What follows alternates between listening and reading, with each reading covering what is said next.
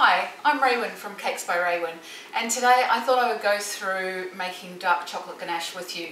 Now, if you're like just about everybody else that has ever used ganache, you've seen the fabulous Michelle Ray videos on making ganache, covering a cake in ganache and covering a cake in fondant using sharp edges. They're fabulous. I am a little lazy and usually very rushed. So I've sort of used that technique and I've kind of made a few changes that suit me. You might find they work really well. I get asked a lot because especially I use a mixer at the end, which I know for the purists you don't do, same as I use thickened no-name cream, which is terrible, shameful, I know, but it works every time for me and it makes it a really budget-friendly option, okay? So the things we'll need is a good microwave safe container. I actually love these decor ones, not that I'm giving decor a plug, but I love the fact that they are dishwasher safe, microwave safe. You know, you can put them in the fridge, you can put them in the freezer as is. They've got this little vent thing so that if you put your ganache in the fridge hot, you're not going to have any issues. All right, so now I've got in here 500 grams of dark chocolate, okay? I'm going to use a 2-to-1 mix today because it's quite cool here today. If it was our usual Australian summer, you know, I would be looking at a 3-to-1 ratio if I want sharp edges because they'll hold up really well. And as I said in the intro, don't spend a lot on your cream. I don't use 100% pure cream or anything. This thickened cream, no name from the supermarket. I've used all the different ones from the different supermarkets. They all work really well. Pyrex bowl, because we're actually the cream's going to do all the work for us. We're going to heat the cream to boiling, which pasteurizes it and makes it last for a much longer time, so it makes it more stable for us out in the heat here in Australia. A spatula and the little hand mixer. This don't worry about using your you know, big flash mixer or anything. It's just really something quick and easy to finish mixing the ganache for you. Okay, so 500 grams of chocolate. We're going to have 250 mils of cream.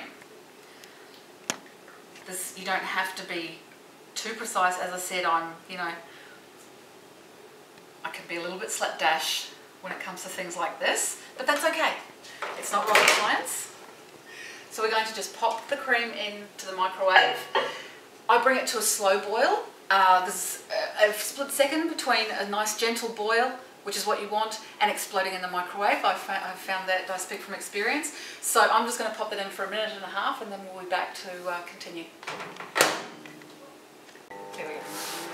Okay, and we're just waiting for our cream to finish. It's come to a lovely gentle boil. As I said, it can be a split second between a gentle boil and exploding, and believe me, 250 ml of cream seems like a litre if it explodes in your microwave. Okay, so now very carefully tip it over your chocolate. Sometimes it can spit. Okay, nice and easy. Now, I know you've seen this move from Michelle, lovely Michelle Ray. I'm inspired by Michelle. What this is doing is covering your chocolate, letting the cream start to emulsify the chocolate to melt it. The cream really does do all the work, okay? So we actually leave that, I like to leave mine for about 30 seconds or so in between, and then we're going to pop it back in the microwave for another 30 seconds, and we'll see how we go.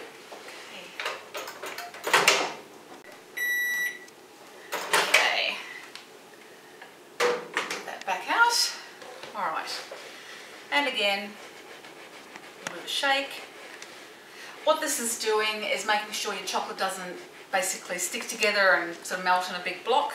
Gets the cream in all those little gaps, make sure it heats evenly so you haven't got any hot spots. If you do your ganache this way, be it white chocolate ganache or dark chocolate, you'll never burn it.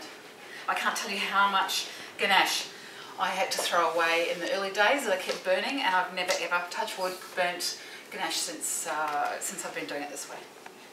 So one more lot of 30 seconds. So our chocolate has only been in the microwave twice for a total of 1 minute. 2 30-second bursts. Right, so here we go. That was our last go in the microwave.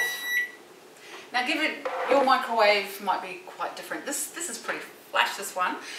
At home, I'm using, for my ganache, my little caravan microwave. It's this teeny tiny, the container only just fits in, and it works the same, 2 30-second bursts. So just have a play around.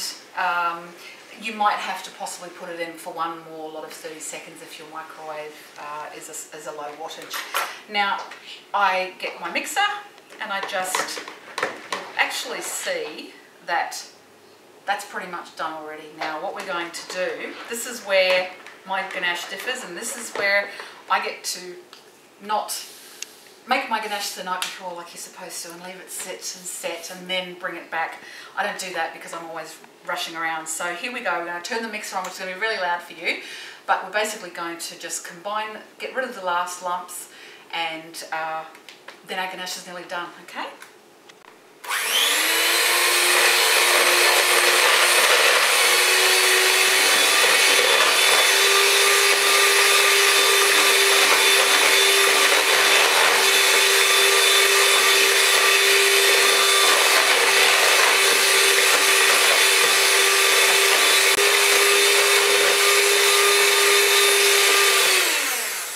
Okay, now if you like to have a nice sort of dark chocolate ganache, this is where you would do the right thing and go and put it in the fridge, leave it overnight, or even just leave it covered overnight at room temperature, and you'll get a nice glossy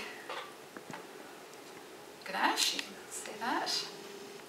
Now, as I said, because I usually am in quite a rush, I like my ganache to be almost like a peanut butter texture, so I can use it straight away. These days, because I'm quite busy, I always use my ganache straight away. So as you can imagine, I can't ganache with that, it's far too thin. So by whipping, not only am I cooling it down faster, I'm improving its texture, so I'll actually be able to get it like a peanut butter texture, consistency, which will then be able to go straight onto a cake and give me some really good sharp edges. Okay, so here's the last step in the way I make my ganache, be it chocolate, dark chocolate, white chocolate, even caramel. This is the stage where I'm now whipping the ganache. This is puts air into it, gives it a great consistency, cools it down faster, and it gives you that great texture, great consistency that goes onto a cake straight away, so no more waiting overnight for it to set. You can still do that, it's the right way to do it, but this is my cheats way. Okay, enjoy.